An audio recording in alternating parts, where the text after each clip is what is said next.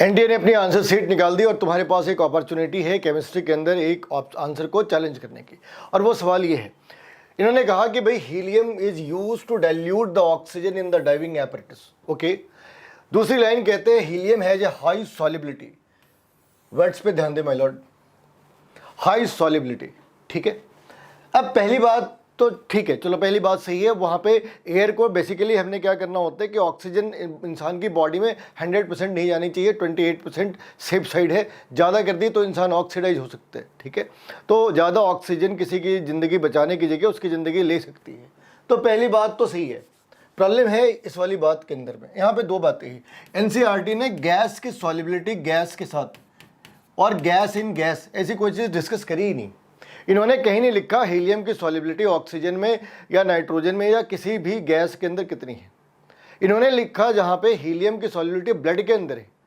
Word पे ध्यान देना, इसने ब्लड की बात करी जो एसेंशियली लिक्विड है, लेकिन हीलियम की सॉलिबिलिटी ऑक्सीजन के अंदर, नाइट्रोजन के अंदर, एयर के अंदर, ऐसा इन्होंने कोई वर्ड यूज ही नहीं करा। पूरी एनसीईआरटी के अंदर इन्होंने ऐसी कोई वर्ड यूज नहीं करी। तो चलो अगर इन्होंने यूज ना भी करी हो तो एनसीईआरटी के बाहर जाकर अगर हम इस आंसर्स को फाइंड आउट करने की कोशिश करें तो इसका सही आंसर क्या है। इसके सही आंसर के लिए एक American chemical society ACS publication है। एसीएस पब्लिकेशन ने एक एक्सपेरिमेंट, मतलब उसने एक एक्सपेरिमेंट को पब्लिश करा और वो एक्सपेरिमेंट क्या है कि solubility of helium and oxygen. Solubility of helium and oxygen, यहाँ पे ध्यान रखना किसने लिखा, मोल परसेंटेज ऑफ हीलियम। टेम्परेचर देखो -195.8 और प्रेशर कितनी है 250।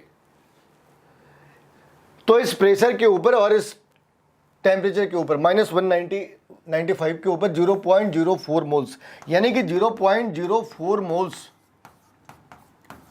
ऑफ हीलियम, ये कितने में डिजॉल्व है 100 - 0.04 मोल्स ऑफ ऑक्सीजन। और अगर ये इतना डिजॉल्व हो भी जाए तो हम उसे क्या बोलेंगे, सॉल्युबल है। अगर ये इतना डिजॉल्व हो भी जाए तो हम उसे क्या कहेंगे, सॉल्युबल है क्या। तो प्रैक्टिकली वो सॉल्युबल नहीं है। क्यों, इसके पीछे एक और भी रीजन है।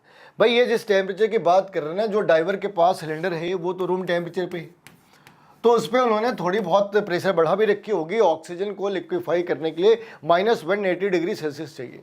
यानी इस बात की तो गारंटी है कि जो सिलेंडर के अंदर ऑक्सीजन है वो गैसेस फॉर्म के अंदर है, वो लिक्विड फॉर्म में है ही नहीं। तो एक बात कि गैस की सॉलिबिलिटी हम गैस के अंदर एनसीईआरटी ने लिखी नहीं, और गैस के अंदर सॉल्युबल है या इमिसिबल है, इन दोनों वर्ड्स के अंदर फर्क है।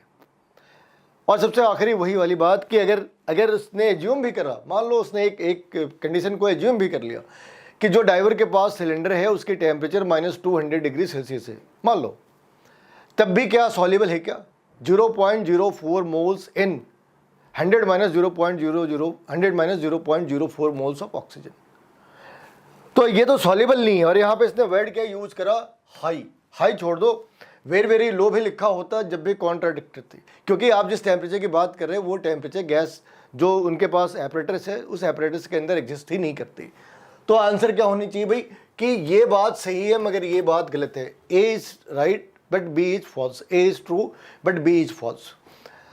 तो यहाँ पे इन्होंने जो अपना सही आंसर है वो 4 है, मगर इन्होंने ये आंसर करा कि दोनों बातें सही है और दूसरी बात पहली बात की सही एक्सप्लेनेशन नहीं है, तो गलत है।